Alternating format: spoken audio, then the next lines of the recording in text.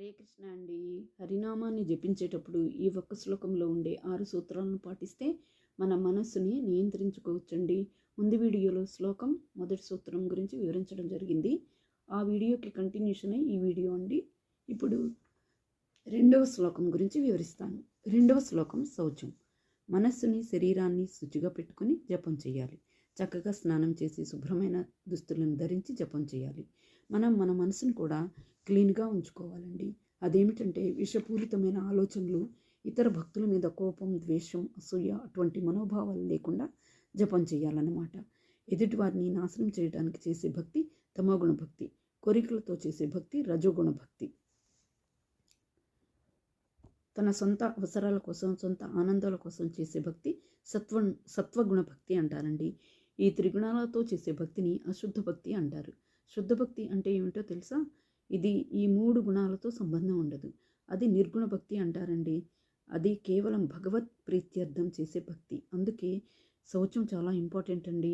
కొన్ని పరిస్థితుల్లో, అత్యవసర పరిస్థితుల్లో ఆరోగ్యం సహకరించకపోతే మనం జపాన్ని ఆచరించవచ్చు. ఫర్ ఎగ్జాంపుల్, మనం ఫ్లైట్లో ప్రయాణించాల్సిన పరిస్థితి వస్తే ఆ సమయంలో శుభ్రత పాటించడం వీలు కాదు కాబట్టి హరినామ జపం చేయవచ్చు. కానీ అన్ని పరిస్థితులు సహకరిస్తే మాత్రం మనం శుచిని తప్పనిసరిగా పాటించాలండి. మూడవ సూత్రం మౌనం. మౌనం అంటే జపం చేసేటప్పుడు ఎవరితోనూ మాట్లాడకుండా మీరు జపానికి 1 గంట సమయం కేటాయించారనుకోండి.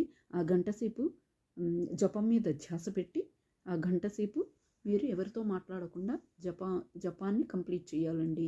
జపం చేసేటప్పుడు మధ్య మధ్యలో కొంతమంది వేరే వాళ్ళతో మాట్లాడుతూ జపాన్ని ఆచరిస్తారు.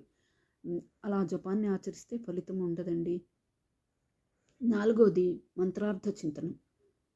మంత్రానికి ఒక అర్థం అంటూ ఉంటుంది. ఊరికే మనం జపం చేయకుండా నేను ఉచ్చరించే మంత్రం యొక్క అర్థం ఏమిటి అని అర్థం చేసుకుంటూ మనం జపాన్ని ఆచరించాలండి. 5వ సూత్రం వచ్చి అవ్యగ్రత్వం. అవ్యగ్రత్వం అంటే కొంచెం సహనంతో, ఓర్పుతో చేయాలండి. ఈ మంత్రం ఏదో త్వరగా అయిపోవాలి అని స్పీడ్గా కాకుండా కొంచెం సహనంతో, ఓర్పుతో తొందరగా ముగించేద్దాం అనేట్టుగా చేయకుండా ఉండాలండి. నెమ్మదిగా చాలా పేషెన్సీతో చేయాలి. 6వ సూత్రం అనిర్వేదో. అనిర్వేదో అంటే బాధపడుతూ జపం చేయటం అన్నమాట. అయ్యో, నేను ఇన్ని రోజుల నుంచి జపం చేస్తున్నాను, కానీ నాకు భౌతిక కోరికలు పోవటం లేదు, నేను దేవునికి దగ్గరైనట్లు అనిపించటం లేదు అని ఒక రకమైన నిరుత్సాహం అంటే డిసప్పాయింట్మెంట్ రాకూడదు. మనం మన మనస్సుని బుద్ధితో నియంత్రించుకోవాలి. ఈ విధంగా ఈ 6 సూత్రాలను